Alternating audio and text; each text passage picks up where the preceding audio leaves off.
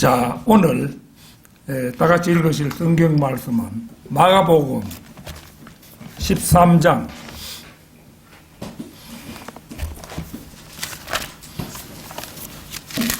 마가복음 13장 12절에서 19절까지 말씀입니다.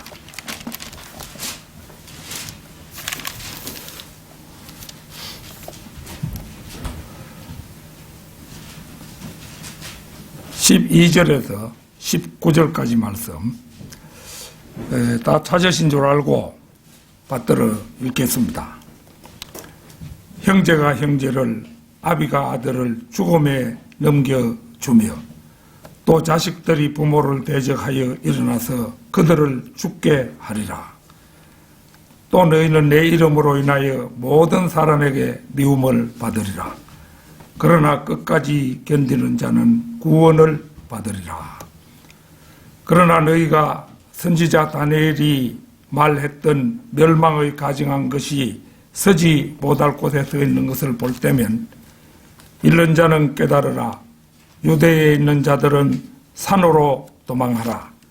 지붕 위에 있는 사람은 집으로 내려오지 말고 집에 무엇을 가지러 들어가지도 말라. 또 들에 있는 사람은 겉옷을 집으려고 뒤로 다시 돌아서지 말라. 그날들에 아이를 뵌 자들과 젖먹이는 자들에게 화 있으리라. 너희는 피난하는 일이 겨울에 일어나지 않도록 기도하라.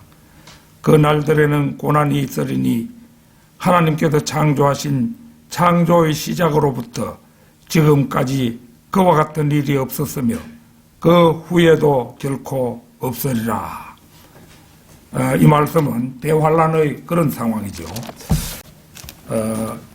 이 시간에는 원래 그 제목을 휴거되지 못했을 때 이렇게 하세요, 이런 제목으로 했었는데 너무 좀 장황한 것 같아서 휴거되지 못했을 때는 그 뒷말은 생략하도록 그렇게 하겠습니다. 휴거되지 못했을 때는 이런 제목으로 말씀을 드리겠습니다. 깨어있는 사람들일수록 그는 성경 말씀에 주의를 기울이게 됩니다. 미래를 정확하게 예언하는 성경의 능력은 이 세상의 모든 종류의 다른 책들과는 확연히 다른 특징을 가지고 있기 때문입니다. 성경은 예언들이 그 사건이 일어나기 수백 년이나 수천 년 전의 자세한 내용까지도 예언하며 그러한 성경의 예언들은 단 한 번도 틀린 적이 없었습니다. 세상에서 소위 경전이라 부르는 책들, 불교의 화엄경, 금강경 같은 불경들, 힌두교의 샤스트라스, 프라나스, 트리피타카 같은 경전들, 이슬람교의 코란 같은 경전들에도 수많은 내용들이 기록되어 있지만 한 번도 예언을 성취시킨 적은 없었습니다. 노스트라다무스, 에드가 케이스, 진 딕슨 등의 예언들도 미래에 일어나게 될 사건들에 대해 어느 정도 근접한 예측들을 하기도 했지만 90% 이상이 성경 구절을 근거로 한 예측일 뿐이었습니다. 우리나라에도 미래를 예언했다는 정감록, 격암유록, 송하비결 등이 예언서로 주목을 받았지만 그 어느 것도 현실과는 동떨어진 것으로 도참서로 지목이 되어 검서로 취급되었습니다. 그러나 성경만은 예언에 관한 한 한치 어그러짐이 없는 놀라운 책이었습니다. 한 예로 바빌론의 느부갓네살 왕이 꿈꾼 큰 형상에 대한 다니엘의 해석은 역사상 한치 어긋남이 없이 맞아들어가 놀라움을 주기에 충분했습니다. 느부갓네살이 본 거대한 형상은 세상 왕국들을 하나로 묶어 역사적인 순서대로 상징화한 것이었습니다. 그 거대한 형상은 이방인의 통치를 나타낸 것이며 그 형상에 사용된 금속의 질이 점점 떨어지는 것은 세상 왕국의 쇠퇴를 보여주는 것이었습니다. 형상을 구성하고 있는 네 종류의 금속은 장차 일어날 네 개의 세계적인 제국을 차례로 나타낸 것입니다. 그리스도의 재림 전까지 바빌론, 메디아와 페르시아, 그리스, 로마의 네 제국이 차례로 등장하는 것으로 되어 있었는데 제국들이 몇 개인지 그 이름과 순서까지 밝히고 있다는 점입니다. 이 큰 형상은 대예언으로서 아직도 열발가락 시대를 앞두고 있으면 놀라운 일입니다. 다니엘 2장 35절을 찾겠습니다. 2장 35절.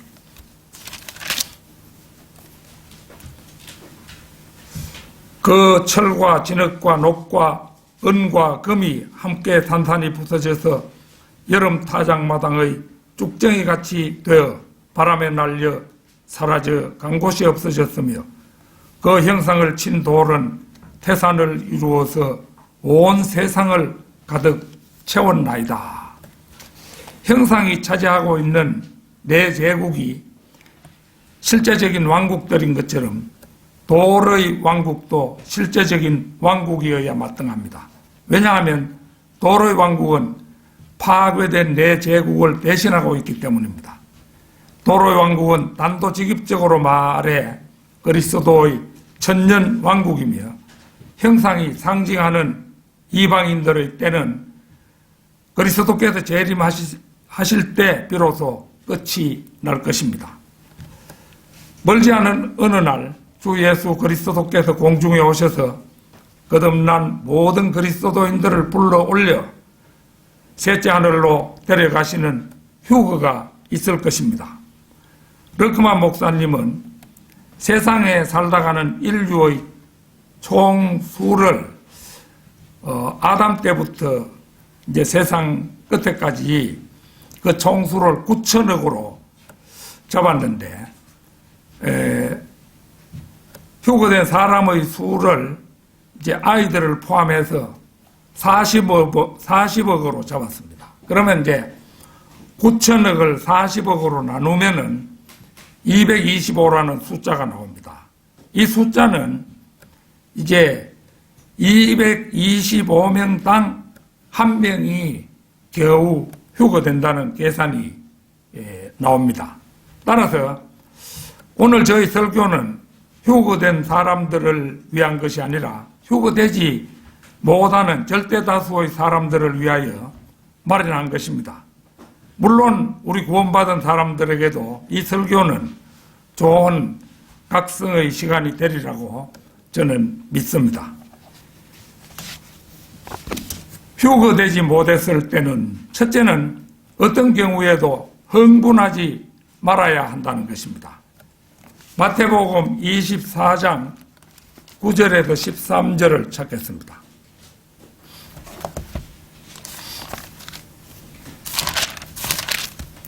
23장 9절에서 13절.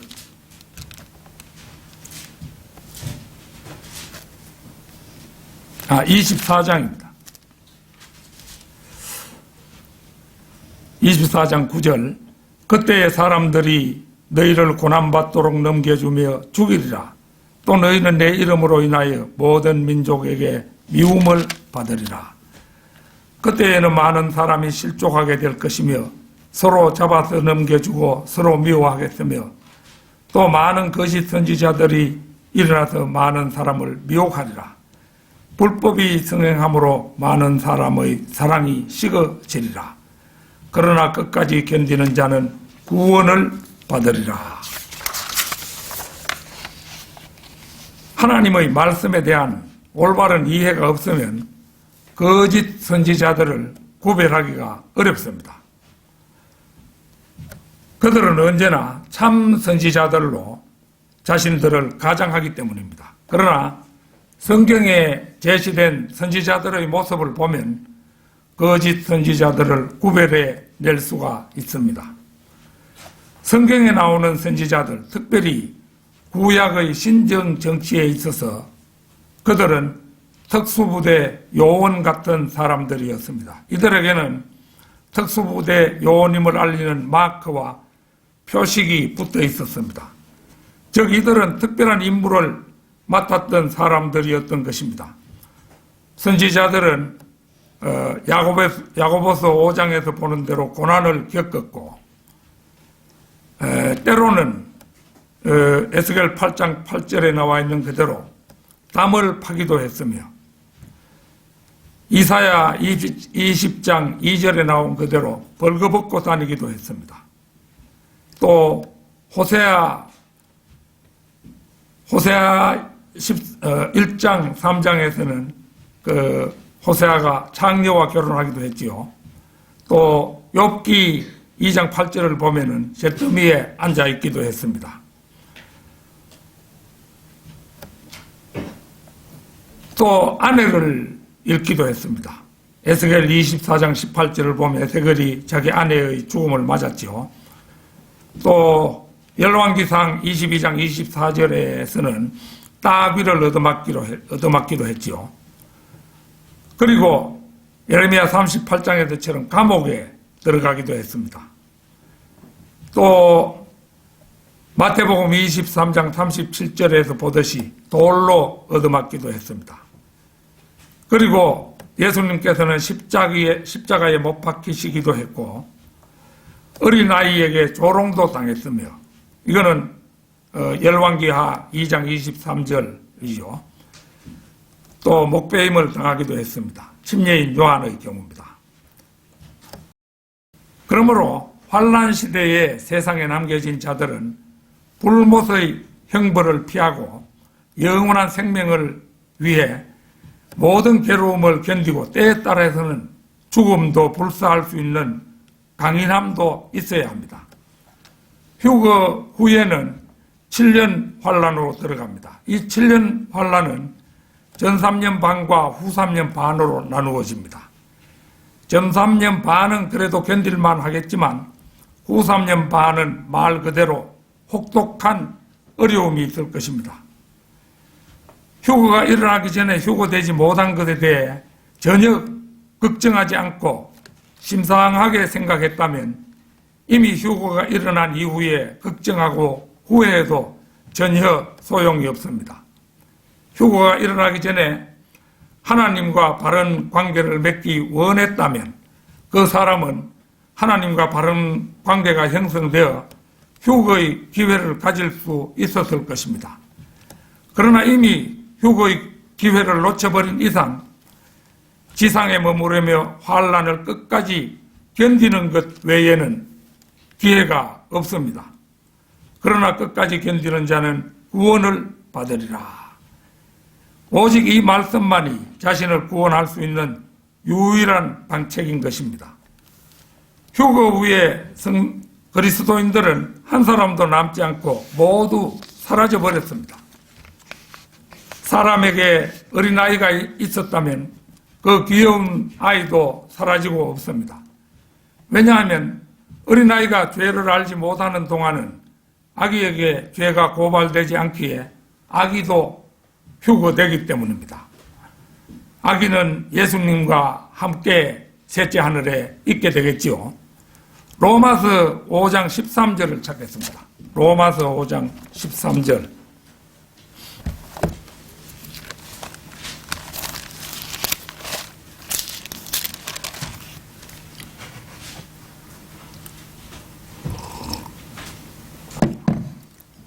율법이 있기 전에도 죄가 세상에 있었으나 율법이 없었을 때는 죄를 죄로 여기지 아니하였느니라.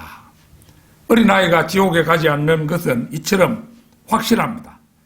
어린아이를 키우던 여인이 자신의 사랑하는 아이와 만나려면 끝까지 견뎌서 아이가 간 셋째 하늘의 시민이 되는 길 외에 결코 다른 길이 없음을 명심해야 할 것입니다. 휴거되지 못했을 때는, 둘째는 셋째 하늘에 가려면 행위가 있어야 합니다. 요한계시록 7장 14절을 찾겠습니다. 요한계시록 7장 14절입니다.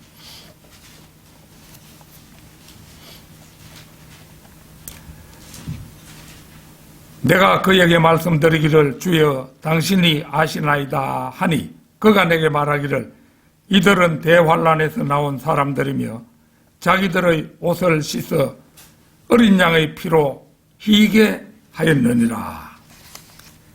이 말씀은 영적으로 그리스도인에게 적용될 수 있지만 교리적으로는 적용할 수가 없습니다. 그리스도인의 의는 주 예수 그리스도이며 그리스도인의 흰옷은 그가 구원받고 나서 얻는 자기 스스로의 의이고 그의 구원은 행위가 따라야 한다는 조건이 없습니다. 여기 이 말씀에서 그들의 옷은 어린 양의 피로 희게 되었습니다. 그들이 어린 양의 피로 구원을 받았거나 어린 양의 피로 씻겨졌다는 것이 아닙니다. 그들은 그들 자신의 옷을 씻어서, 자기 자신의 옷을 씻자면 행위가 있어야 되는 거잖아요. 그래서 어린 양의 피로 희게 된 사람들입니다. 우리 구원받은 사람들의 옷은 어린 양의 피로 씻어 희게 하지 않았습니다. 가령 계시록 1장 5절에서 우리를 사랑하시어 자신의 피로 우리의 죄들에서 우리를 씻기시고 라고 한 데 반해서 여기 7장 14절은 보면은 자기들의 옷을 씻어 어린 양의 피로 희게 하였느니라. 이렇게 한다면 이것은 분명 두 개의 다른 말이고 각각 다른 상황입니다. 그 이유는 두 구절은 서로 다른 낱말로 되어 있고 장소도 다르며 사람들의 구성도 다르고 시간도 다르기 때문입니다. 몇 곳 말씀들을 찾아보겠습니다. 요한계시록 12장 11절입니다.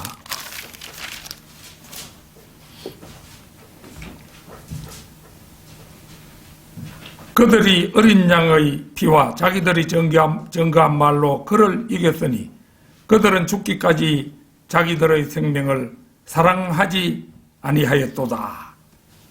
전형적인 환란 성도의 모습을 보여주지요. 요한계시록 6장 9절도 보겠습니다. 6장 9절.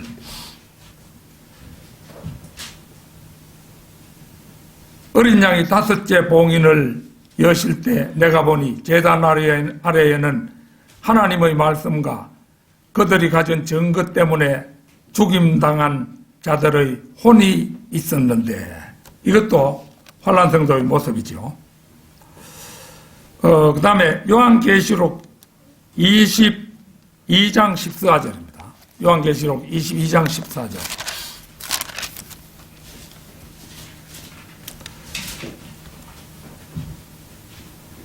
그의 계명들을 행하는 자들은 복이 있나니 이는 그들이 생명나무에 대한 권리를 가지며 또 그 문들을 통하여 도성 안으로 들어가게 하려 함이니라. 지금까지 이 세 곳 말씀을 찾아보았는데요. 이 구절들이 대환란에서 믿음과 행위로 구원받는 사람들의 경우입니다. 환란 시대에는 십계명을 모두 지켜야 하고 그 다음에 황금률을 지켜야 하며 요한일서 3장 10절에 황금률이 나와 있죠. 부자는 가난한 사람들을 구제해 주어야 합니다. 침례를 받아야 하고 자기 십자가를 지고 환란을 끝까지 견뎌야 하며 예수 그리스도께서 아마겟돈 전쟁에 등장하실 것을 기다려야 합니다. 그리고 자신의 믿음을 지키기 위해 순교할 수 있어야 합니다. 이처럼 환란 시대에는 교회 시대 구원받는 것처럼 은혜만으로 구원받을 수가 없습니다. 에베소서 2장 8절 9절 찾겠습니다. 에베소서 2장 8절 9절.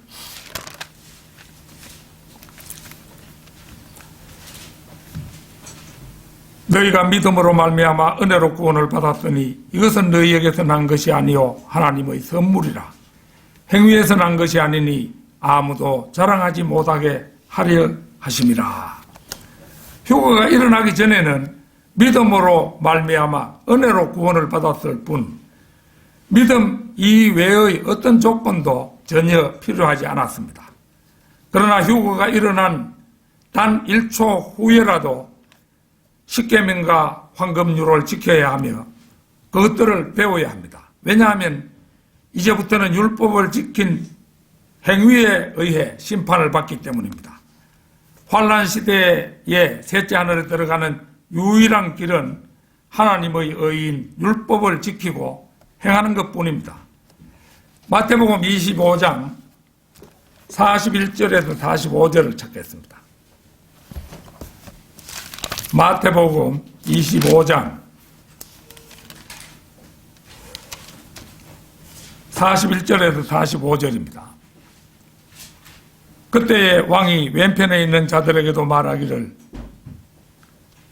너희 저주받은 자들아 내게서 떠나 마귀와 그의 천사들을 위하여 준비한 영원한 불 속으로 들어가라.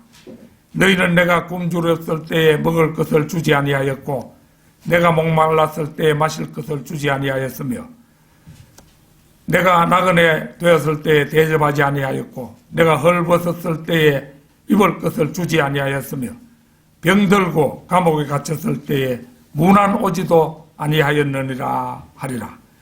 그때에 그들도 대답하여 말하기를 주여 언제 우리가 주께서 굶주리신 것과 목마르신 것과 나그네 되신 것과 헐벗으신 것과 병드신 것과 감옥에 갇히신 것을 보고 돌보아 드리지 아니하였나이까 라고 하리니 왕이 그들에게 대답하여 말하기를 진실로 내가 너희에게 말하노니 너희가 이들 중에 가장 작은 자 하나에게 하지 아니한 것이 곧 나에게 하지 아니한 것이니라 하리라. 이것은 대환란의 경륜입니다.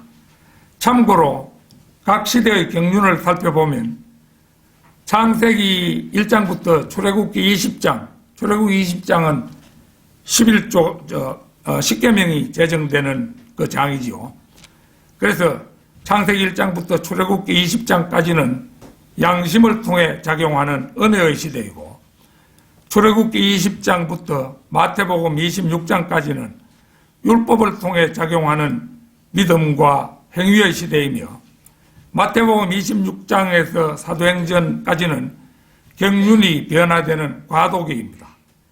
사도행전 8장부터 히브리서까지는 복음을 믿는 것을 통해 작용하는 은혜의 시대이고 히브리서에서 요한계시록 20장까지는 복음과 율법을 통해 작용하는 믿음과 행위의 시대이며 요한계시록 22장에서 끝까지는 오직 행위로만 구원받는 경륜 속에 있습니다. 이사야 1장 16절 17절 잠시 찾겠습니다. 이사야 1장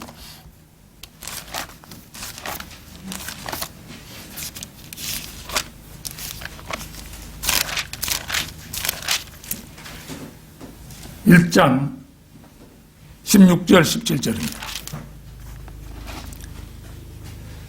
너희는 씻고 스스로 깨끗하게 하라. 내 눈앞에서 너희의 약한 행실을 버리고 악을 행하는 것을 거치라.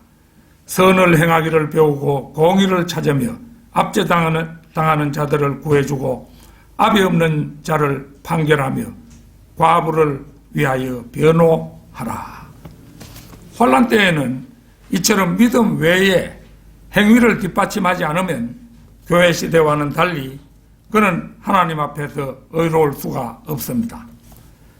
휴거되지 못했을 때는 셋째는 어떤 표나 숫자를 받아서는 안 된다는 것입니다. 요한계시록 14장 9절에서 11절 찾겠습니다.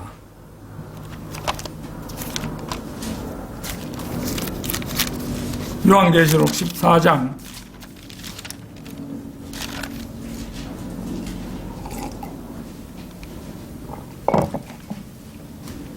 9절에서 11절입니다.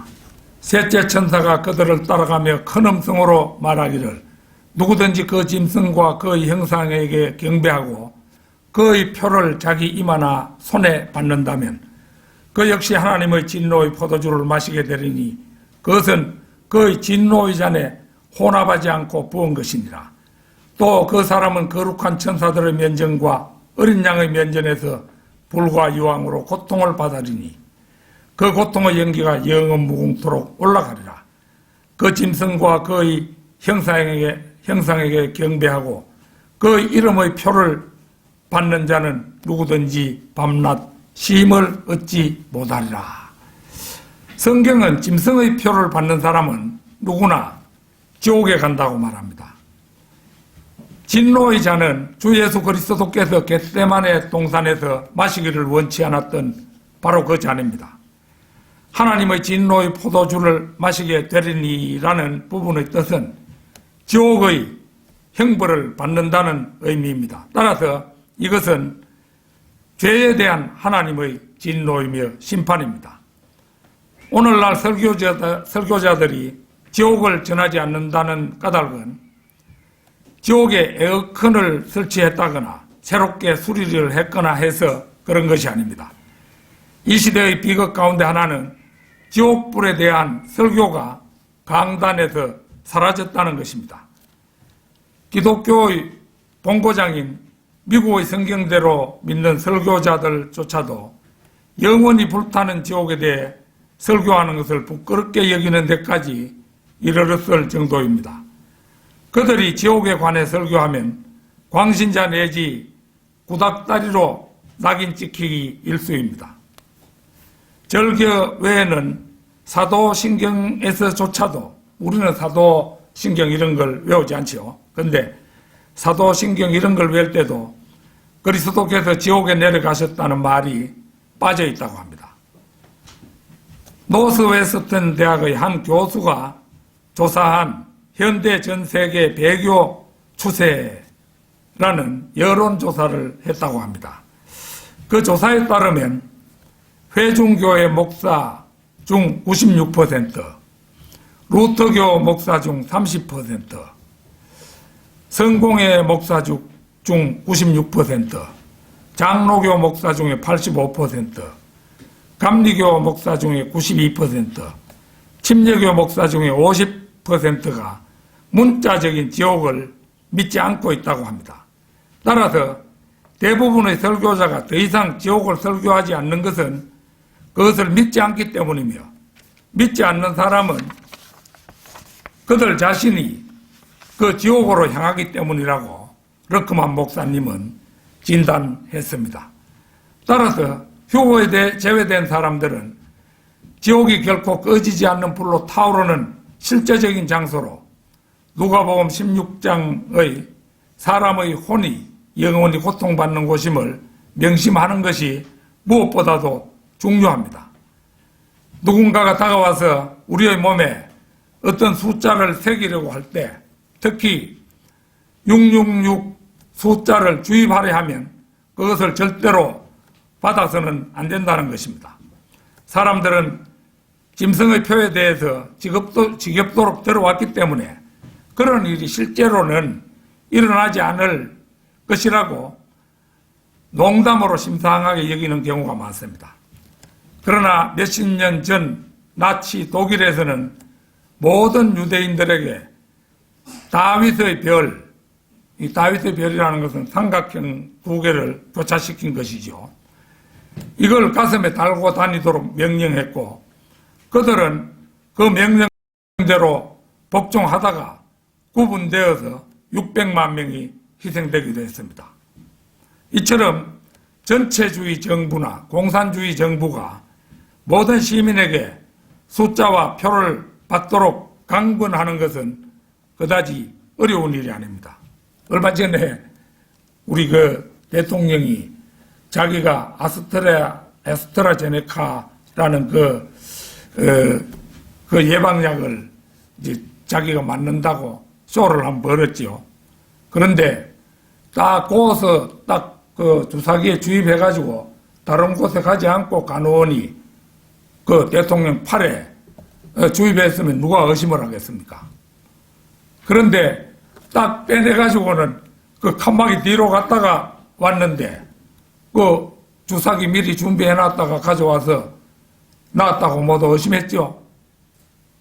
뻔한 일을 그 속이려고 하다가 탄로난 그런 그 웃지 못할 일이 일어났었습니다. 그런데 이제 그 시기가 되면은 이제 결국은 그런 쇼 같은 게 일어나겠죠. 요한계시록은 적그리스도라 불리는 한 인물이 지상에 등장하게 되고 그의 숫자가 바로 666이라고 기록하고 있습니다. 그는 로마로부터 나온다고 전망이 됩니다. 네가 본 그 여자는 땅의 왕들을 다스리는 큰 도성이라 하더라. 이게 이제 계시록 17장 18절 말씀인데 이 말씀대로 적그리스도는 교황 가운데서 나올 것입니다. 스가랴 11장 17절 찾겠습니다. 스가랴 11장 17절.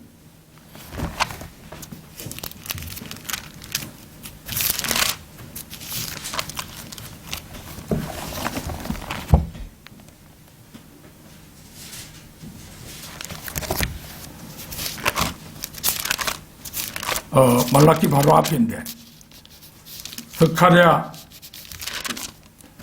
11장 17절입니다. 양떼를 버려둔 우상목자에게 화 있으리라. 칼이 그의 팔과 그의 오른 눈에 임하리니 그의 팔은 바싹 마르고 그의 오른 눈은 완전히 어둡게 되리라. 이게 적그리스도를 말한 말씀이죠. 요한계시록 13장 3절도 보겠습니다. 요한계시록 13장 3절입니다.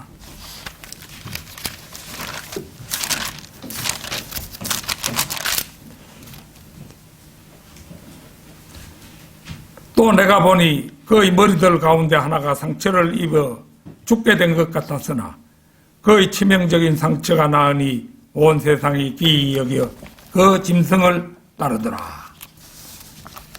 이 두 곳에 나오는 인물은 동일인이죠. 이 자는 전 세계를 장악하여 정치와 종교의 절대 권력을 가진 지도자가 될 것입니다. 적그리스도는 집권하여 법률을 제정하고 전 세계적인 경제 체제를 구축할 것입니다. 이 경제 체제는 그 이름의 숫자나 표를 받지 않으면 아무것도 사거나 팔 수도 없으며 먹을 수도 없도록 계획되어 전 세계를 통제합니다. 요한계시록 13장 16절에서 18절 한번 보겠습니다.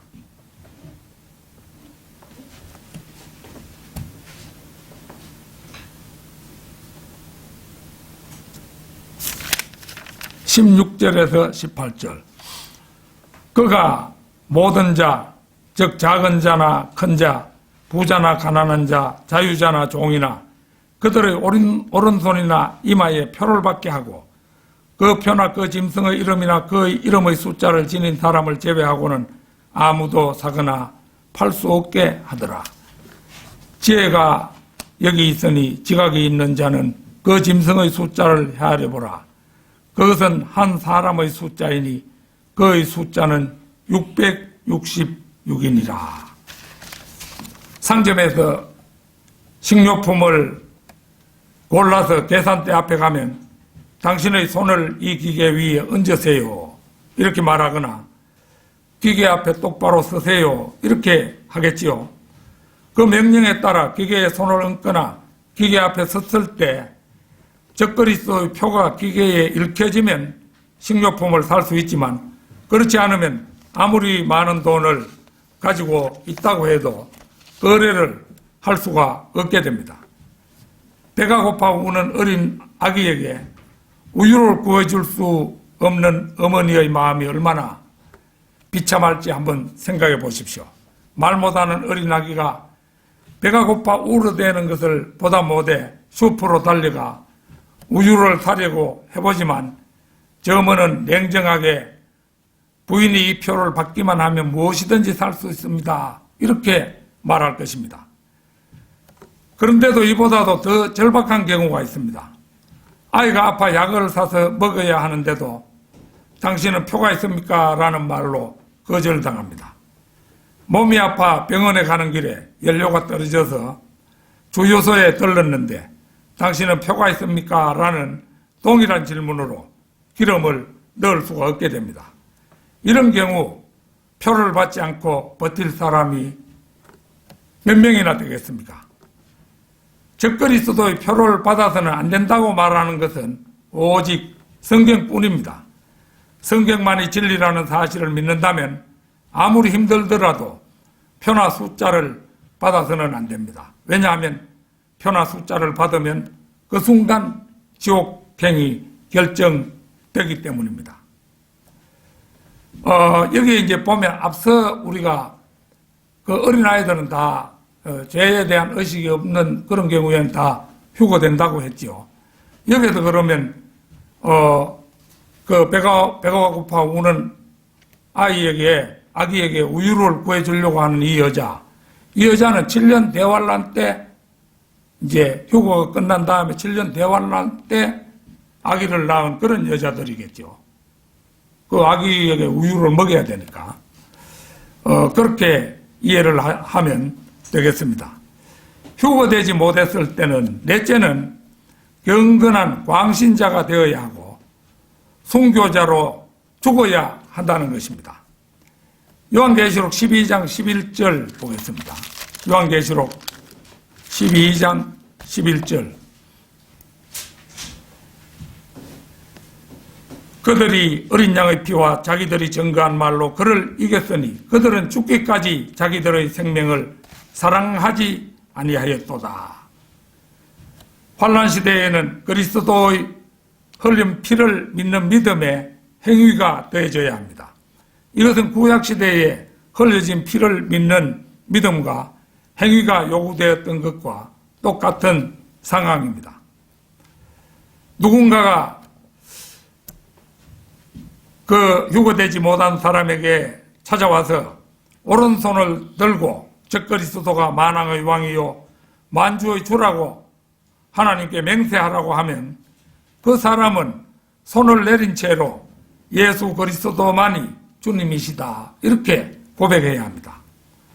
그것이 그 사람의 절친한 친구들이나 직장 상관들 그리고 그 사람을 사랑으로 길러주신 부모님께 대항하는 길에 서 있는 것일지라도 당신은 그렇게 해야 합니다. 환난 중에 성령으로 인해 직장을 잃을 수도 있으며 믿음에 대한 확신 때문에 재산을 잃어버릴 수도 있으며 주 예수 그리스도로 인해 당신의 하나뿐인 생명을 잃어버릴 수도 있습니다. 대다수의 사람들은 성경에 무관심합니다.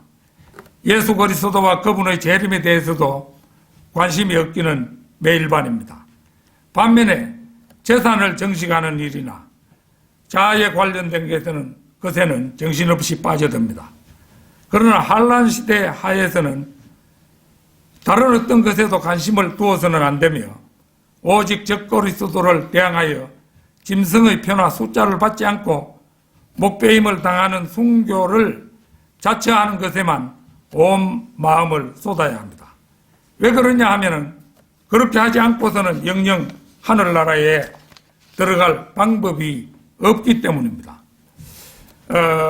이런 것을 사실을 두고 생각해 볼 때 이제 그 대환란 시기에 이제 그 여러 가지를 지켜서 하나님을 배반하지 않으려고 할 때 결국은 이 대환란 시대에 그 대해서 어느 정도는 지식이 있는 사람들 말하자면 교회는 다녔는데 구원은 받지 못하고 어영부영 왔다 갔다 하다가 성경에 대해서 조금은 아는 사람들, 그리고 이제 주위에 이렇게 볼 때 자기가 잘 아는 사람들이 다 세상에서 사라지고 없는 거예요. 그런 사람에게는 아하, 이게 정말이었구나. 그때부터 이제 그 사람은 분발하게 되겠죠. 그러면은 이제 그 사람은 용감하게 그 순교할 정도의 그 결심만 할 수 있으면은 무슨 일이든지 거부하고 그렇게 할 수 있겠죠. 그러니까 그런 사람들이 대환란에서는 구원받을 확률이 가장 높다고 할 것입니다. 요한계시록 20장 4절 찾겠습니다.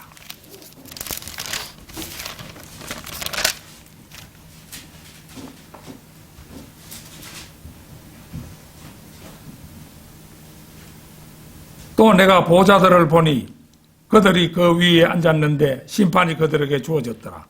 또 예수에 대한 증거와 하나님의 말씀으로 인하여 목배임을 당한 사람들의 혼들도 보았는데 그들은 그 짐승에게나 그 형상에게 경배하지 아니하였을 뿐만 아니라 그의 표를 그들의 이마 위에나 손에도 받지 아니하였더라.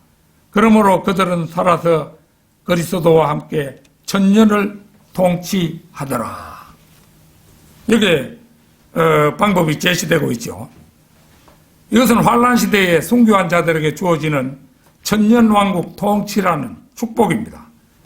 잠시의 괴로움과 순환을 참지 못하여 짐승과 형상에게 경배하고 이마나 오른손에 표를 받으면 그는 환란 시대 후 즉시 지옥으로 내려가지만 단호히 순교를 택한 사람은 천년을 통치하는 영광의 주인공이 되는 것입니다. 휴거되지 못했을 때는 다섯째는 유대인들을 지원해 주어야 한다는 것입니다. 마태복음 25장 31절 32절 찾겠습니다.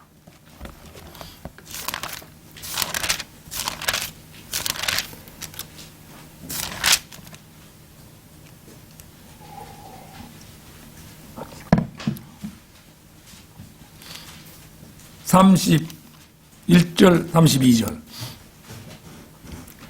인자가 그 영광 중에 오고 또 모든 거룩한 천사들이 그와 함께 오면 그때에 그가 그 영광의 보좌에 앉으리니 그 앞에 모든 민족들을 모아놓고 마치 목자가 양들을 염소들에서 갈라놓듯이 그들을 따로 갈라놓으리라.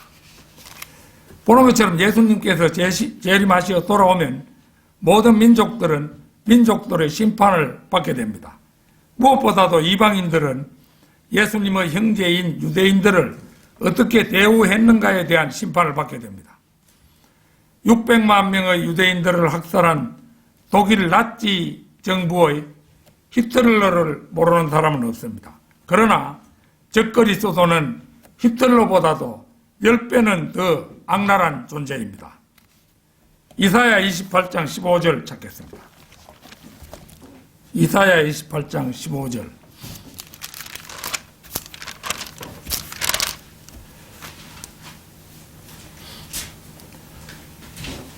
너희가 말하기를 우리가 사망과 더불어 언약을 맺었고 우리가 지옥과 더불어 합의하였도다.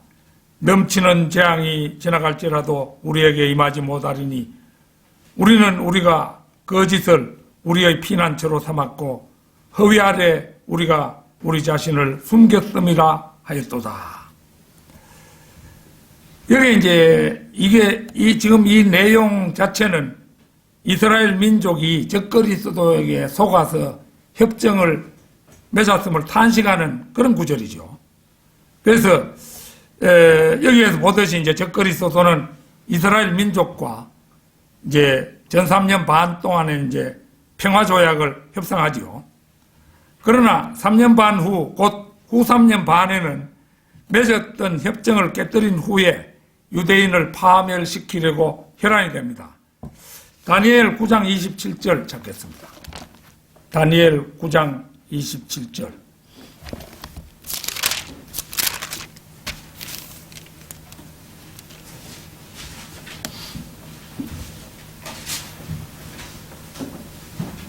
그가 많은 사람들과 더불어 한 주 동안 언약을 확정하였고 그 주의 중간에 그가 희생제와 예물을 금지시킬 것이요 그는 가정함을 확산시키므로 황폐케 하리니 진멸할 때까지 할 것이며 정해진 것이 황폐케 한 자에게 쏟아지리라 하더라. 그러나 이제 그때 남아있는 그 사람은 휴거되지 못하고 남아있는 사람은 이제 유대인을 대학살을 하는 일에 절대 가담해서는 안 됩니다. 오바댜 14절 15절 찾겠습니다.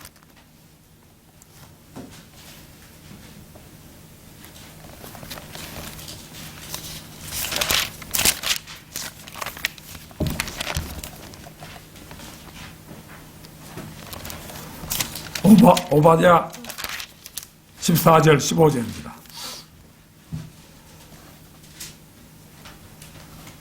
너는 내 거리에 서서 그의 도피하는 자들을 차단하지도 말았어야 했으며 너는 고난의 날에 그의 있었던 자들을 넘겨주지도 말았어야 했느니라.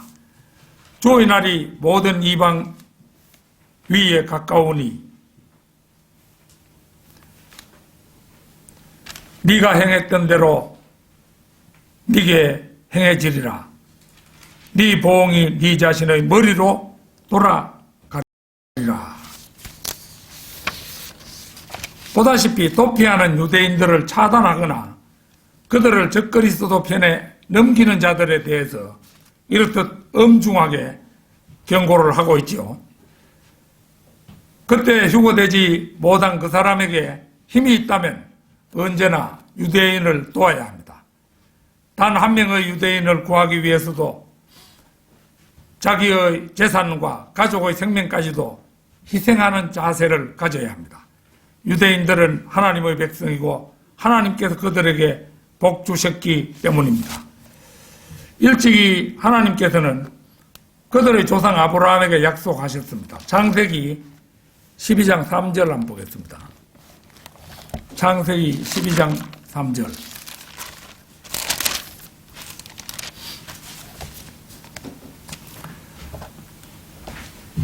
너를 축복하는 자들에게 내가 복을 주고 너를 저주하는 자를 저주하리라. 네 안에서 땅의 모든 족속들이 복을 받을 것이라 하셨더라. 또 다른 곳에서는 이런 말씀도 나옵니다. 이사야 41장 11절 한번 보겠습니다. 이사야 41장 11절.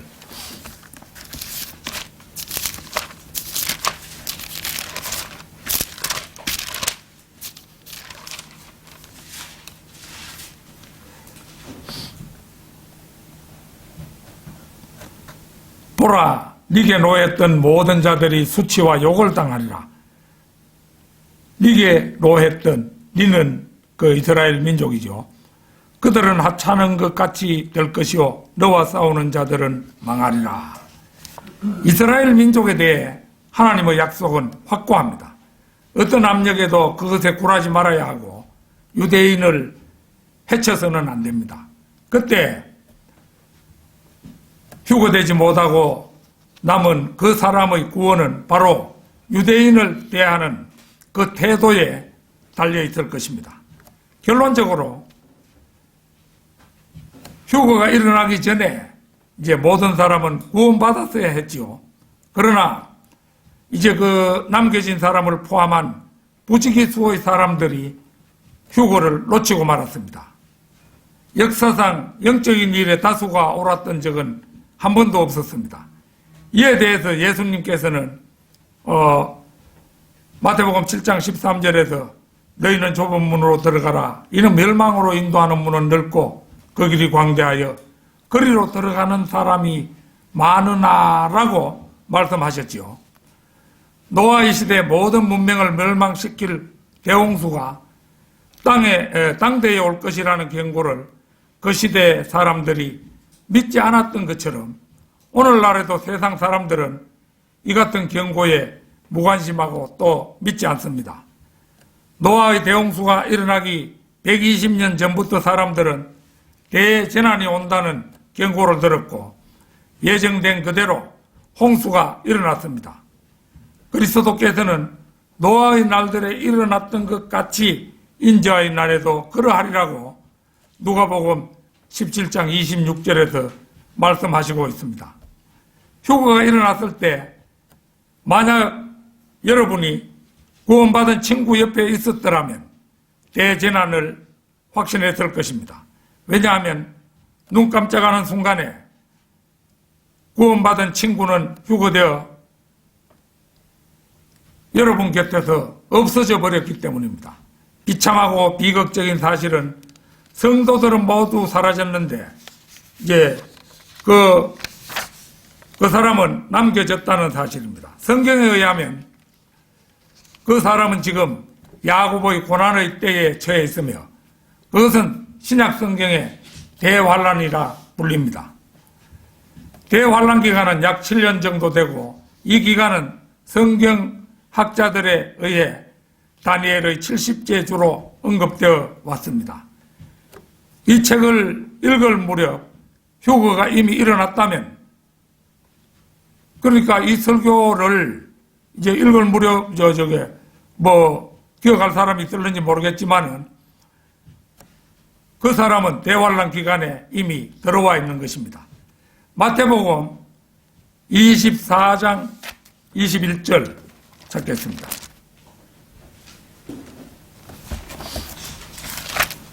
마태복음 24장 21절. 이는 그때에 대환란이 있으리니 그와 같은 세상이 시작된 이후로 지금까지 없었으며, 그와 같은 것은 세상이 시작된 이후로 지금까지 없었으며 또 결코 없을 것이기 때문이라. 보다시피 이 대환란 기간에 겪는 고난과 공포는 무엇에도 견줄 수 없을 만큼 크기 때문에 주님께서도 이렇게 경고하고 있는 것입니다. 그렇다면 이 절체절명의 순간에 남겨진 사람은 무엇부터 해야 하겠습니까? 만약 그 남겨진 사람이 지옥에 가지 않고 영원한 구원을 얻어서 하나님께 받아들여지기를 원한다면 우리가 지금까지 살펴본 5가지를 행하되 빠르고 철저하게 행해야 합니다. 이 지침들이 절대적인 진리인지 혹은 누군가의 황당한 견해인지 알고자 한다면 그 사람은 우선 성경부터 구해서 마태복음 24장, 25장, 히브리서 6장, 10장, 그리고 요한계시록 13장, 19장을 찬찬히 확인해 보아야 할 것입니다. 그리고 이제 대환란 시기에 돌입하면은 그는 그 사실을 즉시 확인해야 합니다. 즉시 확인하고 이제 그대로 행해야 되는데 거기에 그 사람의 혼이 달려 있는 것입니다. 무슨 일이 있어도 짐승의 표를 받아서는 안 되며 5가지에 대해 지금 결단하고 이제 그 시기에 결단하고 행해야 합니다. 교회시대 구원은 구세주 예수 그리스도를 믿고 영접하면 되지만 이 환난 기간에 그 사람은 5가지 조건 앞에서 죽기까지 신실해야 합니다. 그러니까 순교까지도 불사할 수 있어야 하는데 바로 그 길만이 하나뿐인 그 사람 자신의 혼을 구하는 일이기 때문입니다. 다 같이 기도드리겠습니다.